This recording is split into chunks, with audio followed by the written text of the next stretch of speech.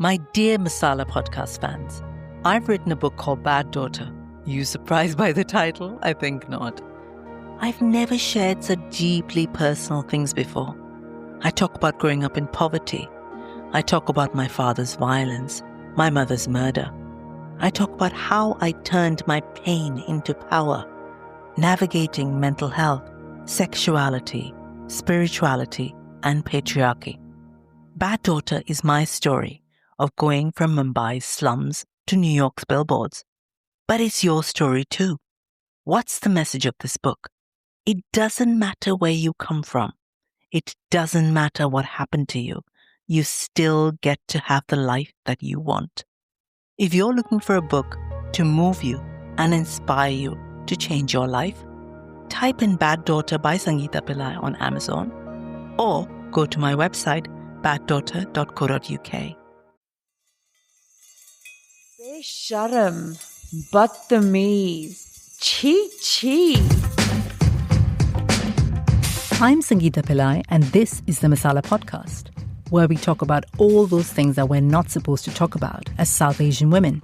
Sex, sexuality, periods, menopause, mental health, nipple hair, shame, and many more taboos. Sex is something important to talk about regardless of whether or not you want to have it at all, or before marriage or after marriage. It's time we heard the voices of real South Asian women, not just those we see in Bollywood or in mainstream Western media. It's time we had a real voice, a loud and proud and strong voice.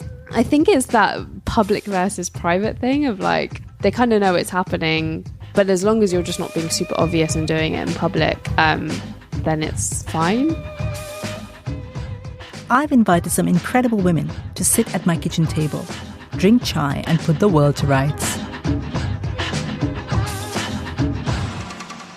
In this episode, I'm talking to Shirin Shah, who's the co-founder of SASS, South Asian Sisters Speak.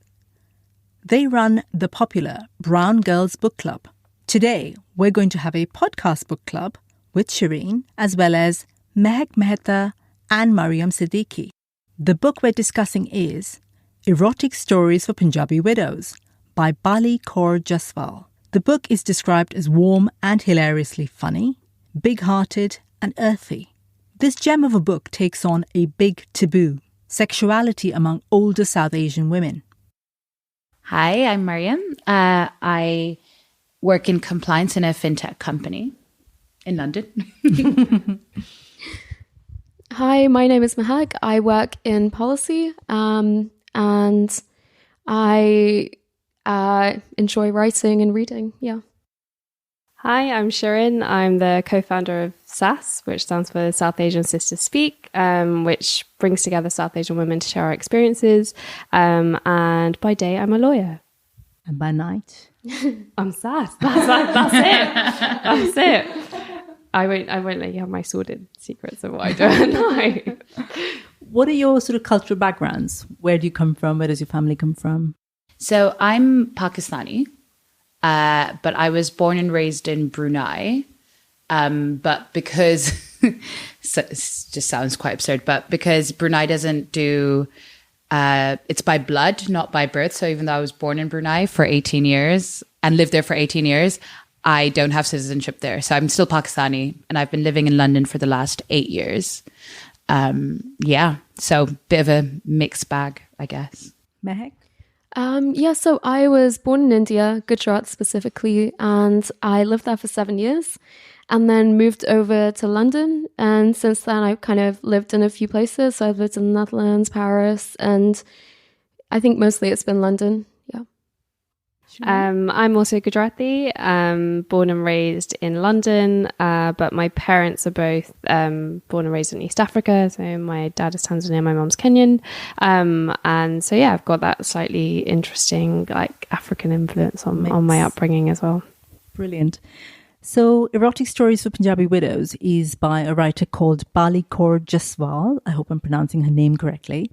And it is a rare thing, a book which features erotica by, an Indian, South Asian writer, has older Asian women having sex, shock horror. I wanted to read a passage from it just to sort of take us to it. "Why did you stop?" he asked. He barely uttered the last word when Nina lowered her lips onto his precious organ. It became rock hard to her touch. She began moving her lips down, feeling every inch of him tense beneath her. She took care not to put too much weight on him because his back was hurting. Her weight rested on her knees, which were positioned on either side of his chest. So I wanted to start by asking you when did you read it for the first time? And do you remember what it felt like the first time you read it? I read it when SASS did a book club on it last year, wasn't it? It was December, yeah. Hadn't heard of it. Was great to have the book club to alert these books happening and even just read it. I didn't know what to expect when I saw the title, but I was like, sounds great. Sounds great. But still didn't expect the content that was there, but was super pleased to be like, well, this is going to be different and already seems necessary. So that's great. I think I heard about it, funnily enough, from a French woman who posted it on her Instagram story. And then, I was like, oh yeah, I kept on seeing that book around in the chick flick section in Waterstones. And then SASS recommended it. So I picked it up, for the book club. And I was like quite surprised at how many people have read it who aren't South Asian. And I really like that. I was like, oh, this is something that's kind of has mass appeal and isn't seen as like alien or the token diversity book. So I really enjoyed it. Nice. We chose to do it for the book club because we're always trying to choose books with different themes and so that we can explore these issues that I suppose we don't discuss as South Asian women. So we've done ones on like domestic violence, mental health. And so we heard about this one and I have to say it was far more erotic than I expected. Like I was like, yeah, it's cool that. But this was the same. I had no idea what to expect. I'd heard a couple of good reviews about the book, but I was very pleasantly surprised. And I definitely had a few times I was like, oh, okay.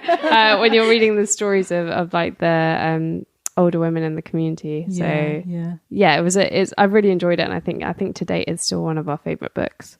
I remember reading it and I was again surprised at how erotic it was. And I remember thinking, oh, this is a bit odd because it's like older Punjabi women. And the language was not what I was used to in kind of South Asian or, writing that, things that we're familiar with. And it almost made me think that our idea of sexy literature is a Western idea. Such a good point. Yeah. So this is, Punjabi women talking about sex. So our grandmoms probably talk like this. But it just feels a bit like, oh God, what is that? I guess my reading habits are Western. And then I look at South Asian literature through that lens, which I thought was a bit interesting. Yeah, it reminded me of when the first time I heard, I wasn't part of this conversation, I happened to be privy to it, of older South Asian women talking about sex. And it took me a couple of minutes to clock that's what they were talking about. Because initially I was like, surely not. And then they kept going and I was like, oh my God, this is happening. They are talking about things. I don't know how to handle this. And I think I was maybe 14, 15 at this time. And it eventually sort of, as I got older, it was quite comforting actually to be like, oh, good. But still, it still felt like another world, which I was too uncomfortable to venture in because it ripped away all the understandings I had until that age.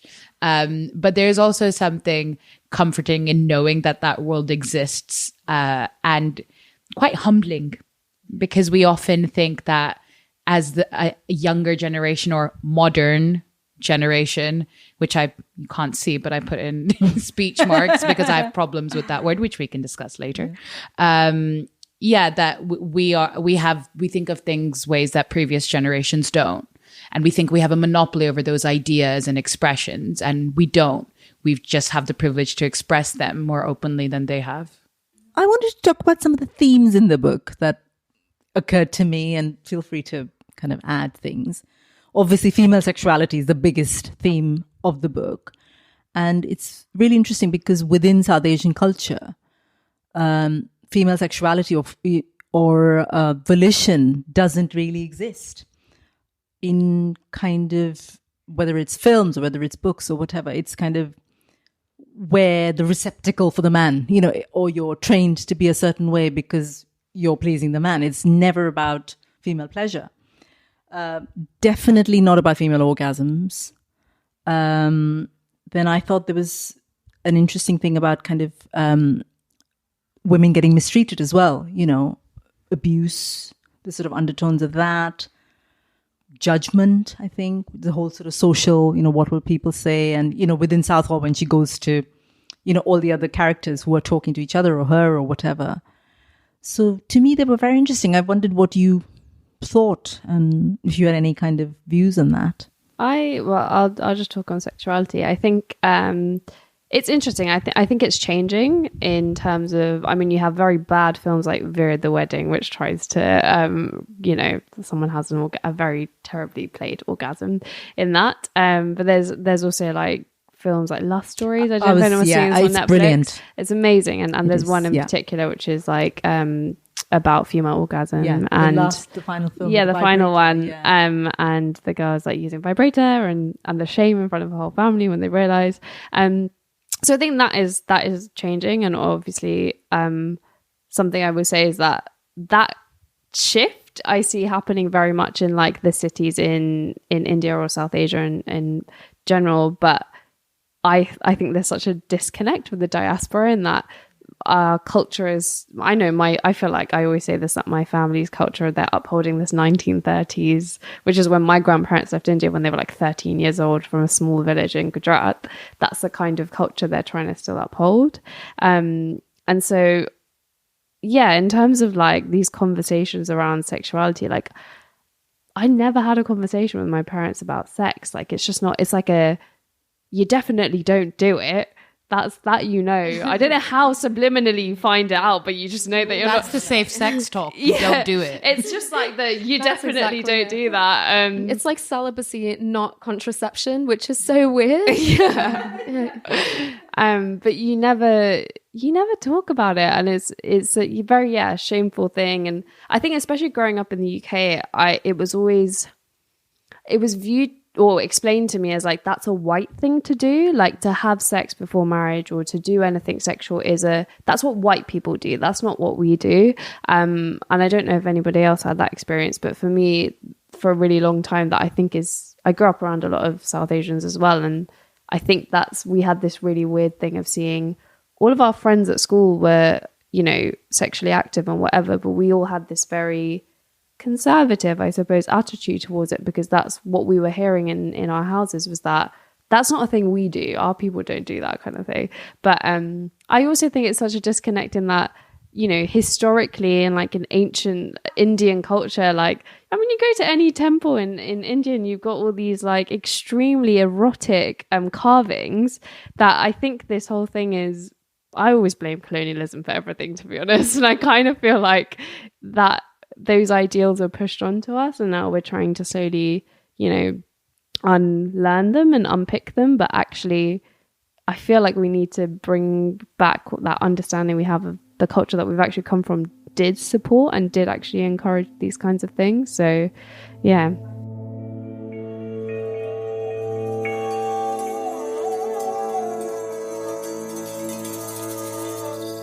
Talking about this racy book reminded me of that other very famous erotic book from South Asia.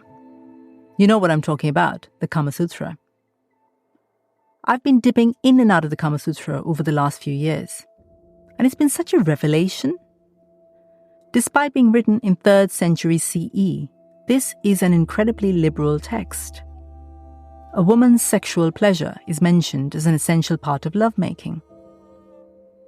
Sexual positions are only a small part of the actual text. Instead, the book is a joyous celebration of the glory and poetry of sex. Pleasure for the sake of pleasure and nothing else. You'll find pages devoted to every form of foreplay, from kisses, love bites, love marks, and more. And there are pointers on how a man should conduct himself while initiating sex with a less experienced woman. Tenderness, says the author, will take a man a long way. And what I personally find rather sweet, pages devoted to how a man should get himself ready for his lover, like this extract. In the pleasure room, decorated with flowers and fragrant with perfumes, attended by his friends and servants, the citizen should receive the woman. He should then seat her on his left side, and holding her hair, he should gently embrace her with his right arm. The lovers may sit on the terrace of the palace or the house and enjoy the moonlight and carry on an agreeable conversation. Isn't that beautiful? Today we expect our men to be able to find our G-spots without any signposts, and even your mum reads 50 Shades of Grey. But in 3rd century CE, that sort of focus on a woman's sexual pleasure was a revolutionary idea. Attitudes to sex were far more open during the times of the Kama Sutra, and sexual expertise was expected to be part of the repertoire of any intelligent cosmopolitan adult, men and women. Perhaps if that same attitude carried on in modern-day India, sexual violence against women would be less common. Maybe. Just maybe. Sex is something important to talk about regardless of whether or not you want to have it at all, or before marriage or after marriage. Because I think one of the really interesting things, so I'm from a Muslim family, and one of the really interesting things, and this probably applies cross religions, is what makes you a prude in Western culture can make you a slut in South Asian culture, whether that's, Hindu, Muslim, whatever it is.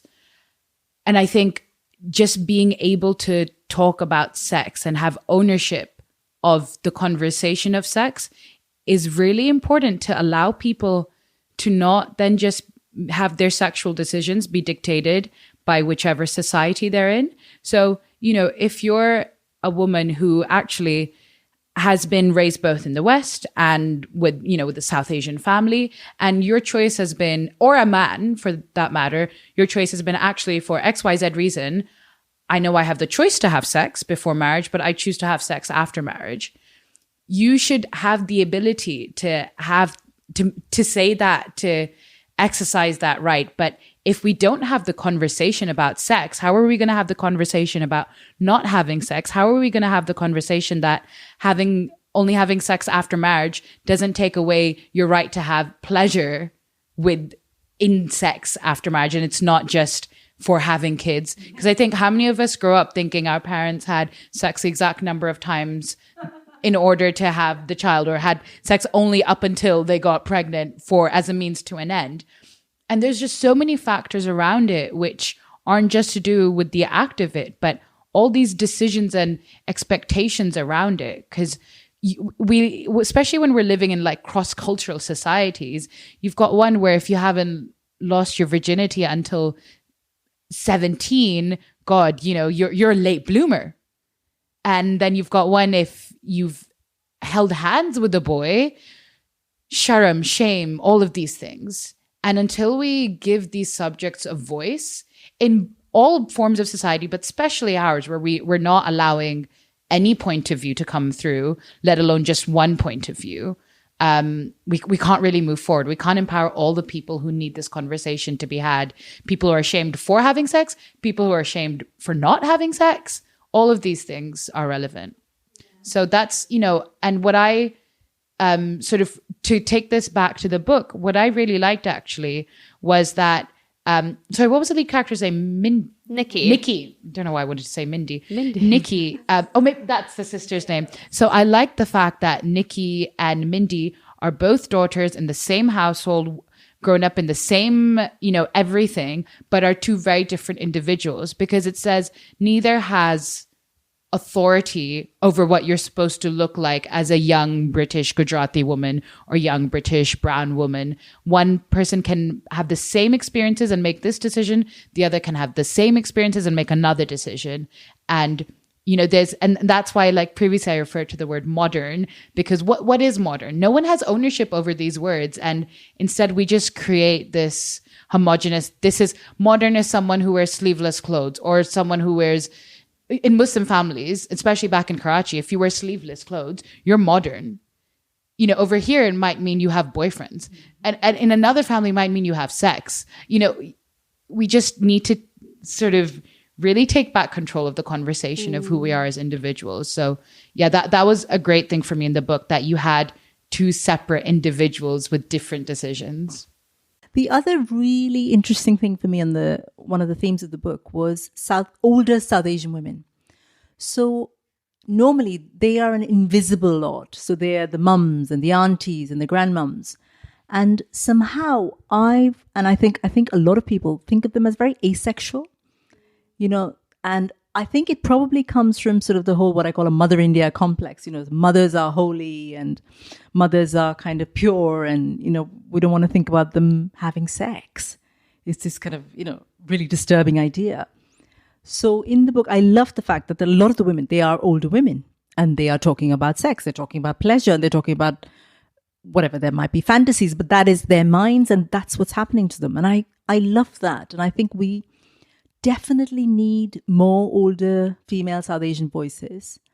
Even within the work that I do with Masala monologues, most of the monologues are written by 20, 30-year-old women. I try very hard to get older women, 50s, 60s, but it's impossible. I think it's a double kind of whammy where we don't see them as sexual or in any shape or form. And maybe there's, even within them, they don't want to come forward and talk about anything that could be construed as sexual. I would draw a parallel there with young women admitting that they watch porn, for instance. You know, this sort of just occurred to me as you were talking, that's something, you know, women wouldn't openly admit in a crowd, right? And that could be very similar to much older South Asian women finding, you know, just admitting that, yes, sexual pleasure weighs the same sort of, even if you know it's okay, even if people tell you it's fine, weighs a similar embarrassment, which has just been coded in you. So I completely, it's obviously a shame that it's difficult to get those voices, but it's so understandable as well, because we're only just coming to the time in society for us, both as brown women and white women, and however, to be like, you know what, actually, we can talk about this. We can talk about pleasure. Like, for example, I remember at university, my friends who are white, it was a thing to talk about having sex. But what you were saying is, like, I definitely think it's a time now of like, okay, let's talk about female pleasure. And that's having its moment now, which is quite nice. And that I think it's becoming more open to think about these things. But yeah, it was really nice. And I think what I particularly loved about the stories in there was the language that they used. So obviously, like, talking about the aubergine and like all of this, and it really, I think that was really nice because it not only demonstrated that, you know, older women have, you know, think about their sexuality and talk about it, but it was also the way in which they talk about it. And I think that I found that quite endearing, and I always looked forward to like reading the next story and what was it going to be, and all their different fantasies. So yeah, of course I would love to be able to have those conversations with you know, older women in my family, and it wasn't such a taboo. But unfortunately, I just don't think that's and it's not their fault. It's also just like what they've inherited. It's very deep conditioning. And I know that, you know, the women in my family have said to me, like, they weren't even told what sex was before their wedding night. They literally had no idea what was going to happen. And I think on the point you touched on earlier about violence, I actually think that one of the biggest things we're like, you know, ridding young women or women of in not talking about sex is stuff like that. It's navigating that space, like knowing, you know, what is and isn't okay for your body, knowing like that you can have control in those settings. I think that's something is because we don't talk about it, women don't really have those tools to navigate those spaces because they're just really vulnerable because nobody's had that conversation with them. And I think that's something I really worry about with not having these types of conversations. There's a really interesting New York Times kind of article that I read about like the pain of female sex. And it's really interesting because it's about the study of like, actually, I think it was like 4 in 5 women, when they have sex, they experience pain. Whereas like almost no men feel pain when they have sex. And like the amount of studies done on Viagra compared to like one study done on a female like feeling hurt when she has sex, because you're not taught that it's like men aren't taught how to, you know, not hurt women even through an act of love. And it was like quite, I don't know, it was just like quite hurtful to read. Did they give the reason why that was? 4 out of 5 women felt pain. So they said it was actually really interesting the way they categorized it. So they said that women, when you ask them the question, like, did you enjoy sex? They would say it was okay. And by okay, they would, even if it was painful, they would say it's okay. Whereas men, if they completed, they would say, oh, it's okay. Yeah. So does that make sense? Like the comparison was so off the charts. Yeah. And it also annoys me that a lot of descriptions of sex are, you know, there's an A to B to C. This happens, orgasm happens, and usually a man's orgasm happens, and that's the end of it. So, and it is. But whereas female pleasure is a lot more fluid, you know, but in a lot of literature, that's not talked about at all. It does exist. There are some very good female writers, but this whole kind of sex is structured, and it happens like this, and these are the points. It isn't. You know, relationships and sex are very fluid. It depends on who it is, depends on what you're doing with them and how you feel at that particular point. So I think that's definitely something to think about. I'd like to think about it, and I'd like sort of writers to write more of that, I think, and have a genuine reflection of what female pleasure looks like, which it isn't that. That's a very male point of view, I think. The other thing I think, Shirin, you talked about, which is you loved the way there were descriptions of sex, the aubergine and things like that. And it's a very kind of earthy Indian, Pakistani, Bangladeshi way of describing sex. And that's, I think, language as well. So, you know, there are a lot of things that you can't translate into English. And the descriptions of sex are very much as if it were written in Punjabi. And there's an earthiness to it, which at first it's like, oh, what is that? And then you kind of get into it, and it's really pretty cool, I think. It's a desi way of having sex that we've not really heard about before, I thought. And I really, really enjoyed that. Can I address the point about older women? Yeah, please do. I thought it was quite interesting because all your life you're supposed to lead up to marriage. You're supposed to stay celibate. But even when you're married, you're still not supposed to enjoy sex. So it's like, when do you enjoy sex? Even after your husband's dead, you're supposed to be celibate. And it just felt like a win because I was like, these women have just, some of them had really unsatisfying sex lives. And it was the first time, probably if my mum ever spoke about sex, I think it'd be in a setting like this, the first time she'd ever speak about it. And it must have been so empowering to be in that setting and for the first time feel like you can explore your sexuality. Yeah, absolutely. And I just loved it because I was like, oh, I guess, you can still be sexual when you're older, which is even in Western media, like you said before, I think it's just not been explored. No, it's not. It's a very heterosexual male point of view, I think, that sex is described in most films, most literature. It's very annoying. Yeah, no one minds that Hugh Hefner was having sex until God knows what age and was, always a player. But that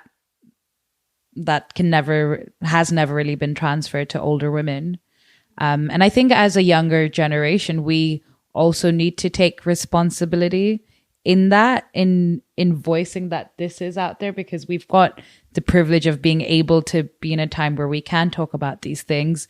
And what's so great with the lead character is that she admits herself the shock of discovering that, and then takes her role in creating that platform for these women. And that I think is such some of the concepts that sort of we talk about now, which are very buzzwords, like safe spaces, like platforms, all of this. The story does really well in showing what that looks like in action. Essentially, this sort of writing area was a safe space for these women. And what Nikki does is allow a space for them to speak this and then to share it with the world, gives them the platform instead of being like, I'm Nikki and this is what I've done. It's like staying in the background, putting them forward. So I think it's a really beautiful way to demonstrate that, and also shows our stake in doing this and our sort of responsibility, I'd say. Another thing that we, I think, forget, which was so nice to have this point of view from older women, is the desire for romance and sex. Not, we don't, like, growing up, I think the only time I've seen my parents hold hands is, when they were visiting me in London in Oxford Street, and my dad was like, she's going to get lost. So they were holding hands. And sometimes I do, and it's really heartwarming, but it's the thing which we don't often see in previous generations. I'm seeing it a lot more now with sort of my siblings, with my cousins, where they will be more romantic. They will have that arm around their husband or wife in photos, but you don't see that as much in the previous generations. And I've never doubted that there's a lot of love between my parents. I think I've been very blessed to grow up in a household where I do believe that my parents are in love. They had a traditional arranged marriage and all of those things. And I know that they are very much in love, though they don't show it in the way we are used to seeing it. But even though in the back of my head, I know that I'm not used to being aware that they both, talking about women, and that, my mum must also be a romantic in her own way. And just because I don't see it and think, oh, so, when you're talking about the book, Nikki doesn't want an arranged marriage. She wants romance. She wants to have a boyfriend, all of these things. Those aren't mutually exclusive. These women, however they got married, it doesn't mean that they didn't desire romance. It doesn't mean they didn't want their own love story. And I feel when we sometimes take that away from them, we take away sexual pleasure, we take away their desire for romance. And in doing that, we're sort of pushing ourselves away to say, this is what we're like now. We're not like the previous generations. But these stories really allow us to see how much common ground there is between them and us, and that transition that Nikki sees, and learning about that, it's really lovely, actually. Yeah, it's very heartwarming. Yeah. No, I completely agree with that. I hadn't thought about the romance part, but I think that's so true. And yeah, we do definitely have, I think, as a younger generation, that thing where, I hate using the word, but people say backward, and they talk about, like, our parents or our grandparents being like, oh, they're so backward because they had an arranged marriage, or they got married at, like, my grandma got married at 12, and that was really backward and all of that kind of stuff. But you're completely right. It's like, it doesn't mean that because they did that, they didn't want happiness, or they didn't want romance, or they didn't want success, or any of that. That was just the system in which they didn't, that's the system in which they were brought up, and that's what they believed. I think with all of us, we can only aspire to a certain extent to, like, what we've seen around us, and for them that was the reality, and they probably thought that was going to bring them all of those things. And yeah, I think the romance point is I've literally never seen my parents I don't know, have any form of, like, romantic gesture between them. Like, there's a couple of times where if they're really upset or something has happened, or one of them is grieving, I think is a time when I've really seen that they have such a great companionship, and they really care about each other. But those traditional, like, again, probably Western ideas we have of affection is not what we see. And yeah, I just thought you put it really well, Maryam. That was, like, very good. I have this slightly off the point, but my mom, I've never heard my mom call my dad from his first name. Oh, it's a very Indian thing. So Pakistani thing. Yeah. Yeah. So, and we'd always try to, as a kid, when I clocked it, I'd just be like, what's his name? Who are you calling? And she'd always say Suniye, which means listen. And it's really cute in its own way, but it's such a South Asian thing. Yeah. But yeah, that just reminded me of that.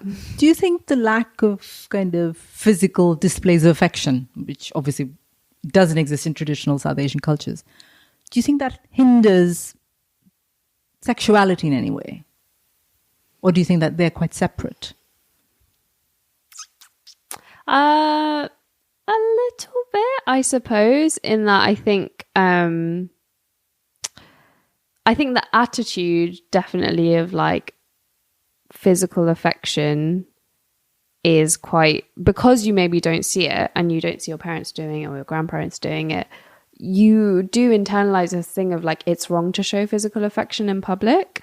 So yeah, like I definitely would have these things around like holding hands or like somebody like even kissing me in public. I remember for a really long time feeling like, oh my God, like that's really, you know, don't do that. Or like kind of feeling like it was a shameful thing. So I think it is also that there is, I feel like with my parents' generation, and especially when it comes to them having sons, they know their sons are having sex, but it's like as long as it's behind closed doors and it's not obvious that there's something going on, they're kind of fine to it, and they like to play ignorant. I suppose that's the thing. And so I think it's that public versus private thing of like, it maybe isn't as they kind of know it's happening, but as long as you're just not being super obvious and doing it in public, then it's fine. Yeah. Isn't it so funny that being okay with sons doing it? I don't know if you guys have read Feminist Manifesto by Chimamanda Adichie, and she makes that point as well. And she says something along the lines of, and I always wonder, who do they think their sons are having, what women do they think their sons are having sex with? Yeah. And just the complete irony of that position when it comes to everything, you know, when it comes to, you know, my parents would be mortified if they even thought I had a housemate who was a guy, but wouldn't have that issue with my brothers having a housemate who's a woman.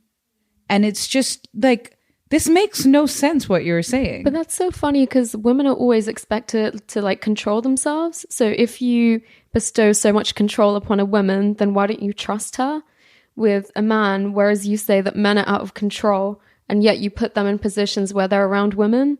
Like, which is it? What are these like narratives that you're creating? No, absolutely. Yeah, and in terms of what you were talking about initially of not having that physical relationship as present, I suppose, in front of people, I think that's really interesting. Yeah, I think it relates to a lot of what you said about shame and how that can be attributed to that. And I feel taking that shame away doesn't have to manifest in public displays of affection. There are other ways, but probably that the shame bit does feed right into it. And just thinking of it from like the current generation or newer generation's points of view, I know for me, it's made me really, and I think you've touched upon this as well, Shirin, of we don't really know how to function always in a society where, especially if you're in Britain or growing up in a Western society, it's like, well, I haven't seen this in my daily life, so I don't know how to do this now that I'm in a different position. And I just remember really starkly when my brother got married and him and his wife immediately were so, you know, comfortable with each other physically. And I just remember thinking, where did my brother learn to do this? I thought I was emotionally stunted because of all of these things. How did he learn these things overnight? So it's really interesting to see how that affects that generation itself. So like our parents' generation, but also how that sort of trickles down into the ways that we think where we have the ability and the choices to be more public about our affection, but still feel so inhibited. It's like we're carrying that burden of having to hide things or not being sure what is right, what isn't. But I don't think affection is just physical. I think there are lots of like small gestures and things. And I think for all the freedom we have for physical, you know, affection, I think we're starved of other forms of affection, which I see like my uncle and aunt, when I went to see them in India, it was like very touching how they really cared for each other and how like, for example, you know, like my uncle would really like to eat this one specific thing. So my aunt would make sure it's there. How they'd both like spend every single morning drinking tea and like watching the squirrels, and they'd learn like which squirrel was like the really naughty one, and that would just be their ritual. And that, I think that form of affection is really lost, and maybe it's old school, maybe it's, you know, not Western, but yeah, I think sometimes it's like an overemphasis on the physical. So love looks different in different cultures, doesn't it? I think you're totally right. Yeah. And in fact, like earlier when I was saying, you know, I know my parents do love each other and are in love. I wasn't really able to articulate why I know that, but it is through those like forms of things, consideration. which we just haven't been sort of given the language to say this is what their love looks like, because we've been given such one-dimensional ways of expressing love and all of these concepts from a different lens, which wasn't made for our culture always, or our parents' generation. And it's even like with parenting. I remember when I was at uni, like I feel like we all probably have this thing of like food is such a love language for within South Asian families. And I remember like my mum would literally, when I had exams, make me 2 weeks worth of like shak rotli and like 40 theplas and like send me on my way. And my friends at uni used to always see it as like, I'm this really horrible daughter who makes my mum slave across like the slave in the kitchen to give me food. And it was and I was just like, I know that I remember as the years went on being like, oh no mom, like, oh no, like I don't want anything. And I actually for a really long time didn't realize that was really hurtful to her, because as much as, she might get stressed in the process of doing it, for her, it's a really strong way of like showing love and caring, of like, you've got a lot going on, I want to make this easier for you. And food was that way of doing that. And I think it's like you were saying, like it's again a cultural thing of like, being the British person, the British side of me, I suppose, is like, oh no, I don't want to put anyone out of their way. Like, oh, that's really rude to like, to make somebody do all of that for you and all of that. But in South Asian culture, that is just like a really big part of that relationship and showing that caring about someone. I think with a lot of families, particularly, you might not say I love you because that's not part of how we express, but you make 40 teplas, or whatever they love. And like you were saying, it's how we show love. I think it's the language that we use to show love. I think that honestly, mums making food for their kids is quite possibly the most accurate language of love in South Asian culture. I never thought about it that way, but you're completely right. It is. There's like this really nice thing that all my cousins do, and I do as well. It's like when you say you like something of someone else's, they'll offer to give it to you. Yeah. And that's like really nice. And it's things like, I'd be like, oh, I really like your necklace. And I'd be like, do you want it? And it's like every single time, like the generosity and like the forcefulness. And I don't know, I think that's just like really a nice form of love as well, which doesn't exist. The willingness to like give up material things. Yes. Instantly as well. Like I have this with my cousins where you compliment something and goodness, you'll spend the next half an hour saying, I don't want it. I just wanted to say it was nice. But the fact that comes without any hesitation is just the sweetest thing. And that is something I've only seen in South Asian culture. I don't think I've seen it anywhere else.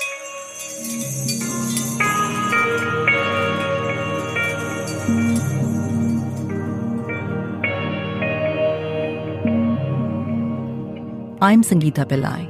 Thank you for listening to the Masala Podcast. Masala Podcast is part of my platform Soul Sutras. What's that all about? Soul Sutras is a network for South Asian women, a safe space to tell our stories, a place to reclaim our bodies, to tackle taboos within our culture, to be exactly who we want to be. Get in touch and tell me your stories about your taboos. Check out my website, soulsutras.co.uk, or get in touch via email at soulsutras.co.uk. I'm on Twitter and Instagram. Just look for Soul Sutras. If you're listening on Apple Podcasts, please subscribe and leave me a nice review. It really helps.